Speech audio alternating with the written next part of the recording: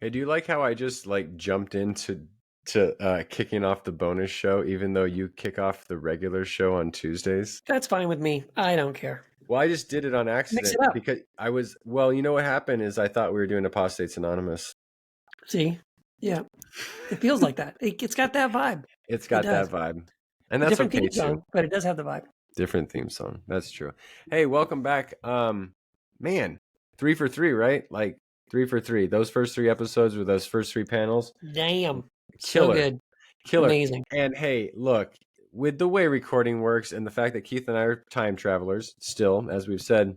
And wearing the same t-shirts we were wearing last week when we did this bonus show, by the way. I got a dirty ass Dwight Schrute t-shirt that I wear at my farm. Look at how dirty it is. Yeah. Mine is Jesus saying, I never said that. That's I love that shirt. I do like that shirt. We don't have any voicemails on the hotline because as of recording this, we haven't even announced the hotline. No one knows yet. So if if you've listened to the first episode's panel, second panel, third panel, you have any questions on those, call 530 332-8020. Did I get it? Yes, 332-8020. 530-332-8020. I'm training my mind. Be the first person. Yeah. You think about this. You could be the first voicemail left on the Heretic Happy Hour podcast in our relaunch. You could be the first clip that we play in next week's bonus, because that's the first time it'll happen, in next week's bonus episode. Just imagine that. Ask any question you want. Give us praise. Leave a comment. Talk your shit. Yeah. And you never know because disagree. You can disagree with us. It's okay. Yeah. Because that voicemail actually goes to my phone. If I'm in a mood, I might pick up. Yeah. So I'll let you in. Who it is? I probably won't, but I might. But leave a voicemail. Let us know if you have a question, if you want us to expand on something you heard from a show. Just reference that show and then ask your question. We'll hope to get to it on the bonus show in the future. But today we are going to talk about, of course, our conversation with Kyle, Lacey, and Eve from last Tuesday. Great show. And great show. And it's really funny that I know Kyle's not a Christian. Eve is an atheist. And I cannot say that I've not met either of them. I've not met Lacey either. Yeah. I met 2 of them, but well, fuck you.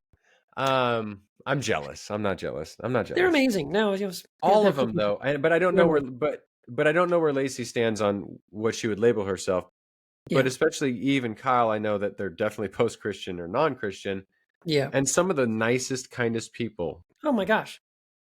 And Lacey too. I'm just the point being is that the accusation that you can't have morals, you can't have ethics unless you have this like God, this type of God, this very specific God, is really absurd if you just pay attention in the world.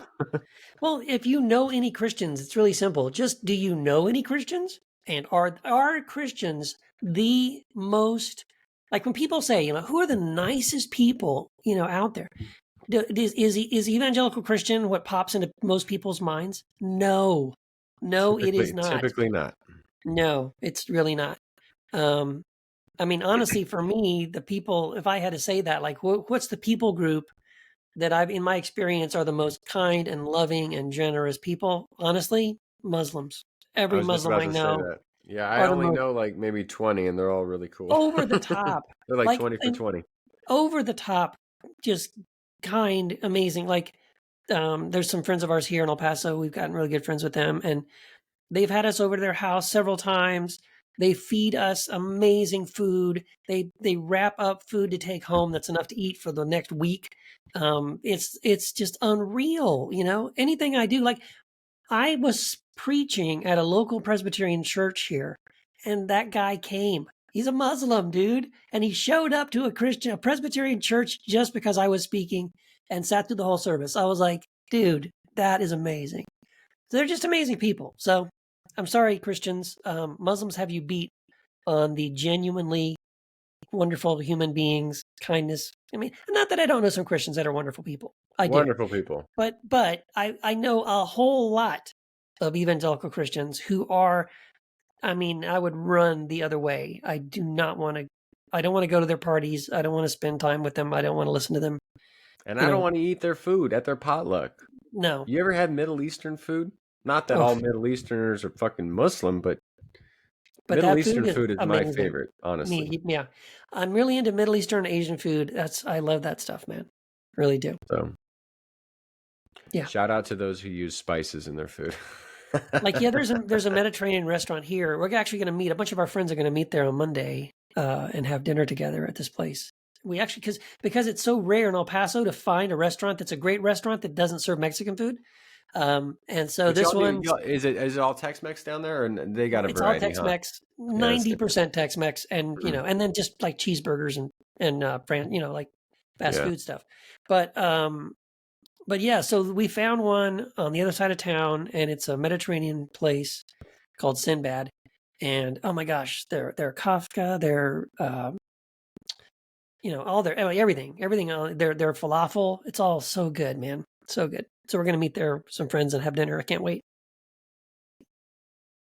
I'm a little keen on the type of Mexican food we got in California. It's better than Tex-Mex. I gotta be honest. I wouldn't say it's better, but then again, I was raised in El Paso, so I grew up eating El Paso Mexican Tex-Mex, and to me, the best Mexican food I've ever had is still from El Paso. I gotta give them that, at least for me.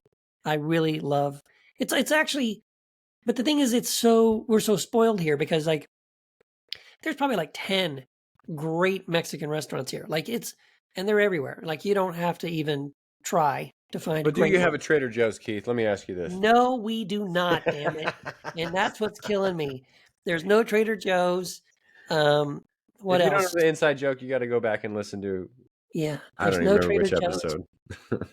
There's no Trader Joe's. There's no In-N-Out. So that's tough though. Well, I can't even. The only time I eat In-N-Out if I'm traveling. That's the only fast food place I can eat because I on purpose see when we travel, when we go to Orange County, Wendy and I will on purpose drive so that we can, for two reasons, and these are the two reasons. We drive because when we drive through Tucson and Phoenix, there are both Trader Joe's and In-N-Out. And going out, we stop at In-N-Out, and then on the way back, we stop at In-N-Out, and then we swing by Trader Joe's. We have an ice chest. We load that thing up with Trader Joe's and come home. That's always our plan. So it's an ulterior motive when we travel to Orange County. I feel like December would find this story very, very funny. The whitest story she's ever heard, right? That was so funny when she said that. I load that chest up with mayonnaise, different kind of mayonnaise. No, it's not mayonnaise. You've been to Trader Joe's, right? You have a Trader Joe's? Of course, yeah. Amazing food there. So good. I mean, yeah, they have some good stuff. Yeah. I don't think I rate them as high as you do, though. Look, it's because I don't have one. If I took away your Trader Joe's, you'd suddenly realize you don't know what it's got. My wife would, though. I'll give it to you. My wife would. You wouldn't know. You don't know what you got till it's gone, buddy. And when you don't have it, it's like. See, I'm all about that grocery outlet. Yeah. There's also in El Paso. There's not a great Indian restaurant. The closest we found is there's an Indian truck, like a food truck. Yeah, that's nothing wrong with a food truck. My favorite restaurant here in Chico is a Pakistani restaurant, and it is fucking. They have a goat curry. It's phenomenal. Oh, dude, that sounds great. Yeah, I love that. You're not all white, Keith. Goat curry would scare white people. Yeah, I just like curry personally. I mean, I probably would prefer lamb, but I would eat it. It's phenomenal because I love that. Of course, I love you'd eat it. Mediterranean food. I love Indian, Asian food. Hey, what did we get? What did we miss on this last show? You wanted me to talk about a story. I think I have a funny story. Well, there was something that was happening. So, as we're recording the shows, we have a little chat window open, right? So Matt and I are usually chatting back and forth while the guests and the panelists are answering the questions. Yeah, and Lacey told a story, her personal story, right, about when she came out as bi, that her husband got a message from a family member, a friend or somebody, and that person was saying like, oh, she's going to be having sex with women during the day and then with you at night, and you're going to lose her and all this stuff, and she's going to leave you and all this stuff. Or like, first it was like, did you know that your wife was bi? Like, duh, she's my wife. Yes, if you know, I know. Anyway, but as she was telling that story, you and I were chatting, and I was like, dude, you should chime in because you had a similar story when you came out as bi. Yeah, and then sometimes, the conversation passes you, and that's cool. So I'll tell it Yeah, now. yeah, yeah. No, I'm glad. Yeah, when I so when I came out by, it was like I might have done it on 420 because I'm a stoner. Uh-huh. I forget the day, but it was in April of like 21, right? So we're almost a year ago, right? Oh Yeah, that's shit, almost exactly a year I'd ago. have I wrote a blog the day after, so I'd have to look on my blog. But it wasn't 20. It wasn't last year. It was No, it was 2021. 21. It was like 3 years ago. Okay, So 3 years ago. I didn't come out to my in-laws because I don't trust them, right? Like you don't No, like no. they can find out when they find out, and they'll have their little tissy fit, Yeah. and they'll make it about them, which they did, and Yes. right. So so they find out, and it's the big thing to talk about. And so my father-in-law leaves a voicemail on my wife's phone, right? And it's I don't want to air all of his dirty laundry, so I won't Yeah. say how drunk he sounded, but Okay. but I just did. And it was essentially like your husband's like, how can you stand for a situation where your husband is going to go out while you're at work, he's going to have sex with other men and then come home and have sex with you, and how are you okay with that? Like he left this shit legit on her voicemail. Like I had just come out like bi, we are monogamous, we have a daughter, blah blah blah, the whole Right. thing. Right. Yeah. And Yeah. and I was just like, "Oh, I'm just sharing that I'm bi." It's not a new thing. It's Right. it's an old me telling you about an old thing. Yes. Yes. And also a But current thing. Like it's just who you are, right? But they go right to the spot where it's like, "Well, he's having sex with men, and I feel like I better tell my daughter about it." yeah, they can't What? separate the idea of attraction with actually having sex. Like Right. it's always about the sex. Like straight They're people when they talk obsessed. about, yes, it's always where you put your penis, Obsessed. Right. And I tried to And bring it up. I thought like, okay, in my mind, I'm like a rational, logical person. So I said, when they actually talked to us like 18 months later, no joke, I yeah, think it was yeah, something yeah, like that. I was like, okay, so imagine you're a straight man, right? You are a straight man. My yeah, father-in-law is a straight man. I was like, yeah, you got married to your wife. yeah. Did you stop being attracted to all other women? Are you no longer a straight man? That's right. Okay. Are you still Did attracted? you That's a have great sex with analogy. What a any great of them? analogy. Did you have sex with any of them, right? That is my situation, except not just women. Right. Right, fucking simple. Like any That's so simple. half-wit dummy can be like, "Oh, yeah, that makes sense. I don't fuck everyone I'm attracted to, Just or even because want I'm to, yeah, just because they're attracted." I see a lot. 99.99999% of the people that I find attractive, I'm not actively or even passively trying to have sex with, and they right, can't understand that if it right. happens to involve two types of genders Right. or No, two that's a sexes. great that was a great analogy, right? Just It to was a say, okay, failed attempt. They did but it didn't not work. understand that. It did not work. God, And I cannot understand how it didn't work. how could it not work? I Okay, don't look, know. dude. Look, are you a straight white man? Yes. Are you attracted to women? Yes. Yes. Are you still you got married, right? Right.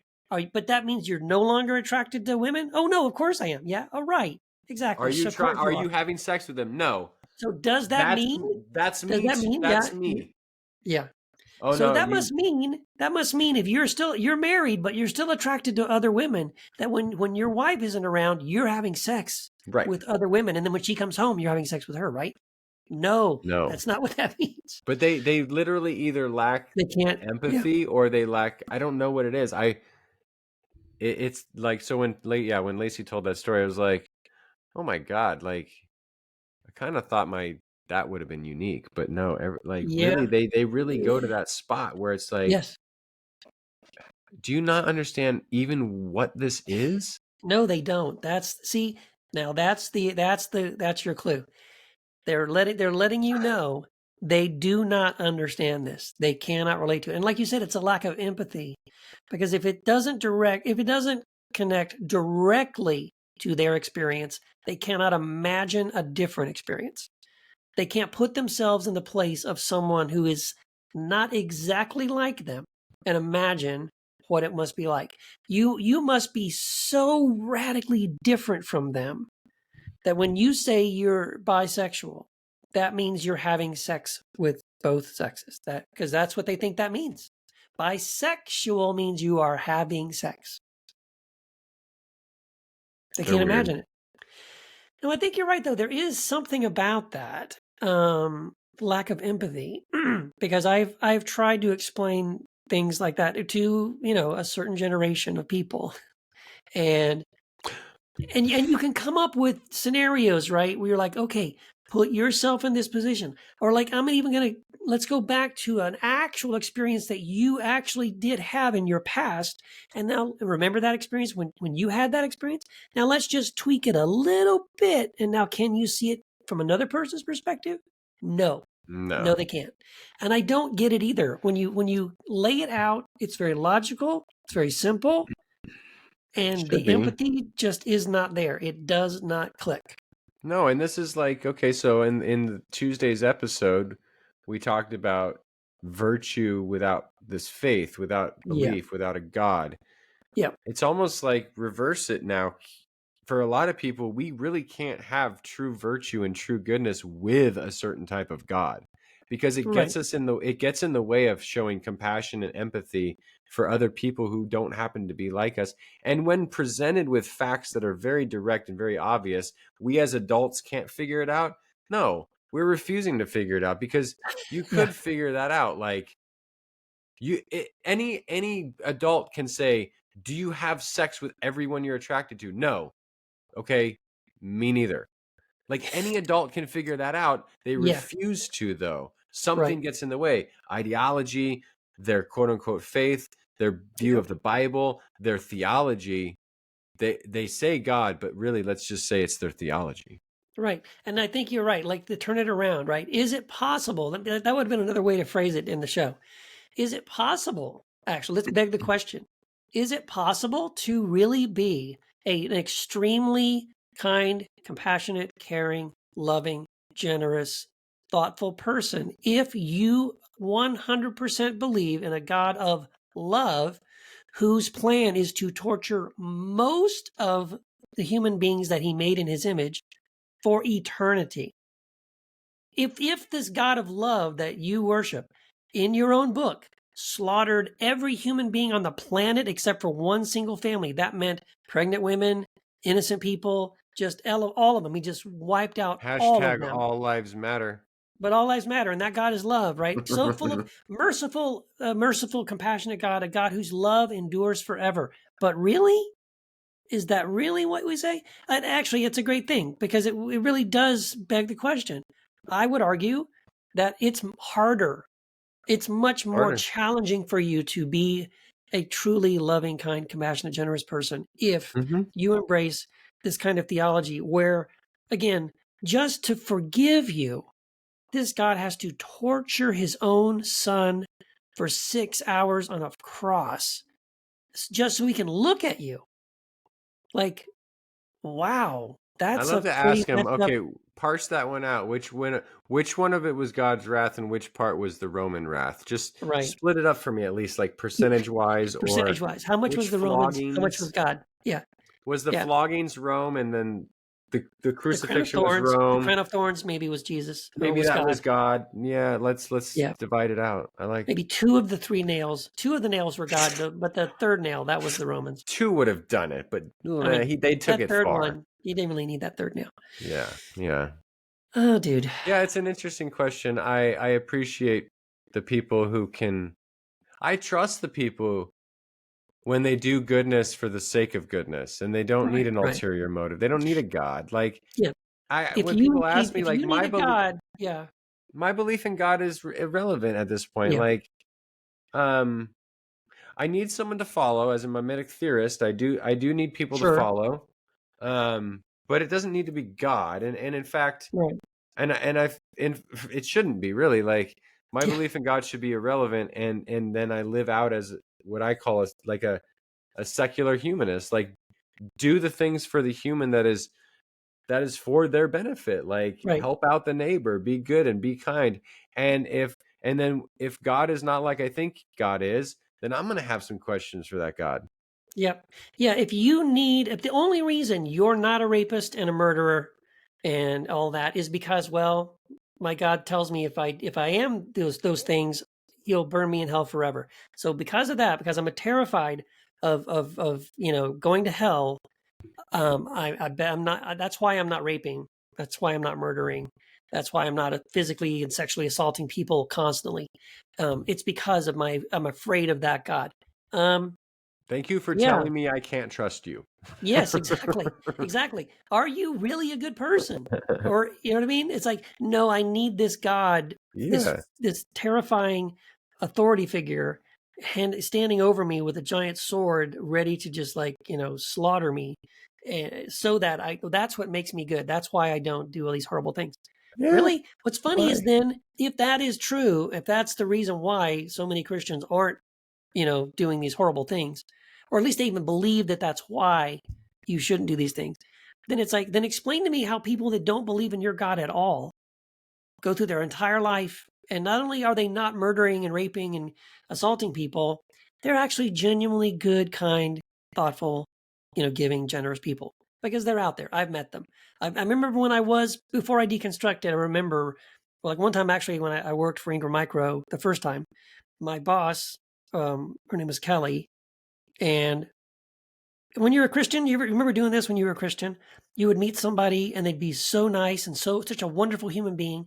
And you would assume, oh, they're probably a Christian. And then you found out they weren't. And it's like, wow, but they should be a Christian because they're just so good. Like the only thing missing for them is they got to add in the Jesus thing. But it's like, but they don't need it. Do you understand? They're a wonderful person without Jesus. And that should stop and make you think. You should wonder about that. Well, how is that possible? How would they have everything else lined up, but without Jesus, without theology, without the Bible, without the Holy Spirit, all that stuff? It's true, and so I remember that was a big surprise for me when I found out my boss wasn't a Christian, but was a wonderful human being. I think we should be really leery about taking on the label of Jesus. Yeah. He was very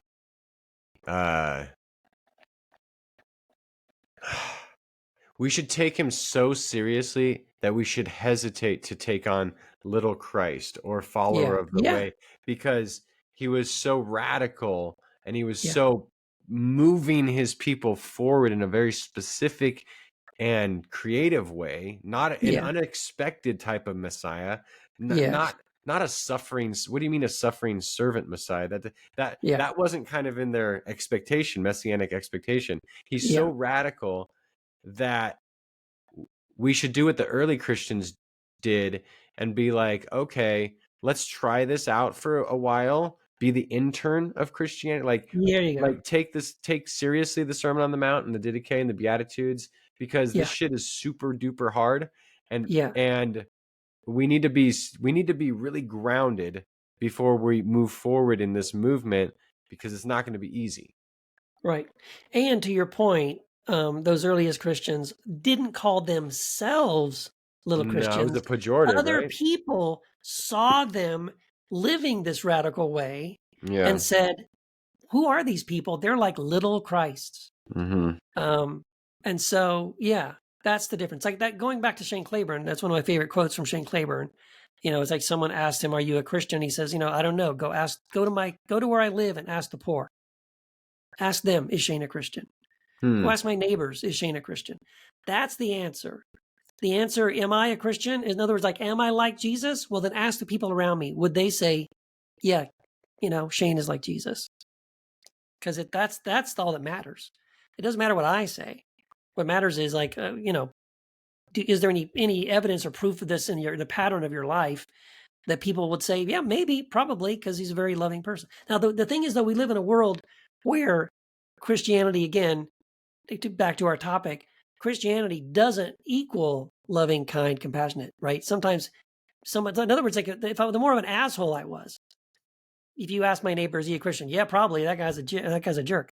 Because most Christians I know are jerks, right? So it's like, it's not, if you fast forward today, No. Christian and Christianity doesn't automatically mean like Jesus. I wish we got rid of the fact that Christian was a noun or even an adjective, or Right.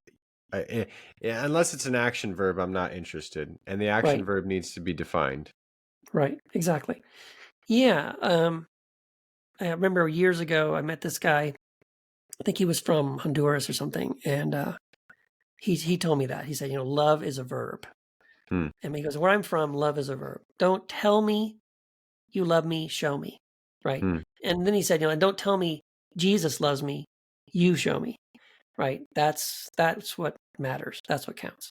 So I think get his name out of your mouth, man. Like I feel like if he came back right now, he'd say, get my name out of your mouth and do what you're gonna do, but quit being a hypocrite. That's right. Like go justify all your bullshit. Right. But stop using me as a prop. It's so offensive. I laugh now, like Christians get so mad at you or me, farewell Rob Bell, all this bullshit. And it's like, who's desecrated the faith? Right. Us? Or this nationalistic stuff, this Donald Trumpism, this MAGAism, this like, the worst you could say about us is we're not like Christ, but we at least don't do it in his name. Right. Isn't that infinitely worse when you do it in his name? Right. I think so. I would say so. Jesus would think so. Yeah. And that's really what it means to take God's name in vain, right? In the Ten Commandments. It's not saying God bless this or God damn that. It's not that. Right. It's doing something and attaching God's name to it as if God would approve of it. Endorsing it. And it's something that actually God has said he wants nothing to do with. So. Right.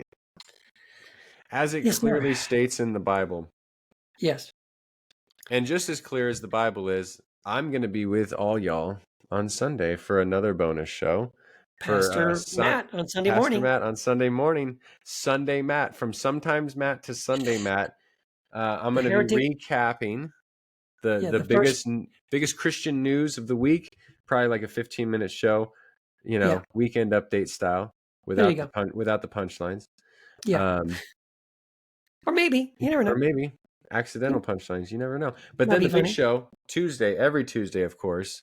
Always be on the lookout for that. Make sure you subscribe to this. If you're just listening to this and you're not subscribed, you have to subscribe so you get notifications. You're going to get 3 a week. Tuesday, Friday, Sunday, we have a show. Mm-hmm. Yep. And who do we got? Yeah. What do we got for this Tuesday? Yeah, this coming Tuesday, it's Sheila Ray Gregor and Leslie Neese, and we're talking about empowering women, escaping, the patriarchy and purity culture and that kind of stuff. So that'll be a great show. And that'll be not the first time we cover that topic, I'm sure. Right. But the first time with those two panelists. So I'm very interested. The first time we're doing the fourth panel of the fourth relaunch of the show. It's the first time we have ever done it. Yes. This is true.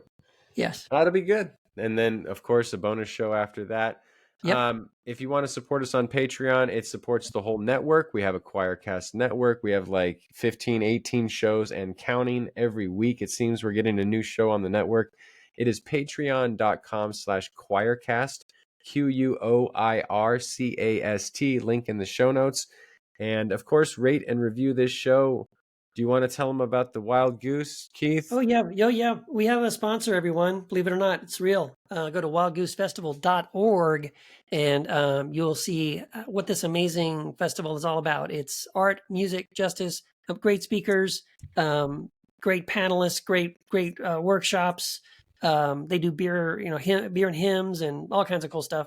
And go to wildgoosefestival.org. Here's the deal. You get $50 off an adult weekend pass if you use the promo code A-HELL. So go and do that. This year it's in Union Grove, North Carolina, July 11th to the 14th. And, as we've said before, if enough of you people take advantage of this amazing $50 off offer for the Goose, that's right. We might be there. You never know. Leaving on a jet plane. It's possible, but you ain't gonna find my ass in a tent sleeping on the ground anymore. Been there, done that. I did it last time. I'll do it again. Right. I'm not Bilbo, and I'm not ready for another adventure. Yeah, but I'm cheap. See, it's free to camp. It costs something to get a hotel room. All right. Well, my OnlyFans can fund my hotel room. There you go. I've heard you make a lot of money on OnlyFans, like just by taking pictures of your feet. So. Dude, I'm not my feet. I have hockey feet. I know I can. I'm pretty sure someone's into that. I promise you, someone's into that. No, you haven't seen my feet, bro. Well, I don't want to. You don't Someone want might. to. Somebody might. But I'm pretty sure I could crush it on OnlyFans with the gay community. I'm pretty confident. Yeah. I'm really leaving off a big potential financial thing here. Are there some like middle-aged, old white guy, There's got to be. Fetishist? Yeah, you'd be an old. You'd be an old daddy, an old I should zaddy. investigate. I should investigate that. Hey, if I did that, though, I probably shouldn't use tough, my man. real name, right? I shouldn't use my real name because I don't think I want to mix. You gotta come up with some sort of some thunderous name. Daddy, Daddy Giles or something. Papa Smurf. It'll be Papa Smurf. Oh, that's a good one. It's cute. It's adorable. I can do that. All right. Well, we'll see you. I'll see you on Sunday. We'll see you on Tuesday with another panel. Until then, be well, be kind, don't be a dick. Love y'all. Yep. See you. Barrett, come back in the studio. Barrett, come back. Barrett, put on that sandwich. There you go. There you go. He's money. He's on. He's right on. Doesn't he have he has a band called Motel Paradise or something like that? Check him out. They're really good. He is Motel Paradise, I think.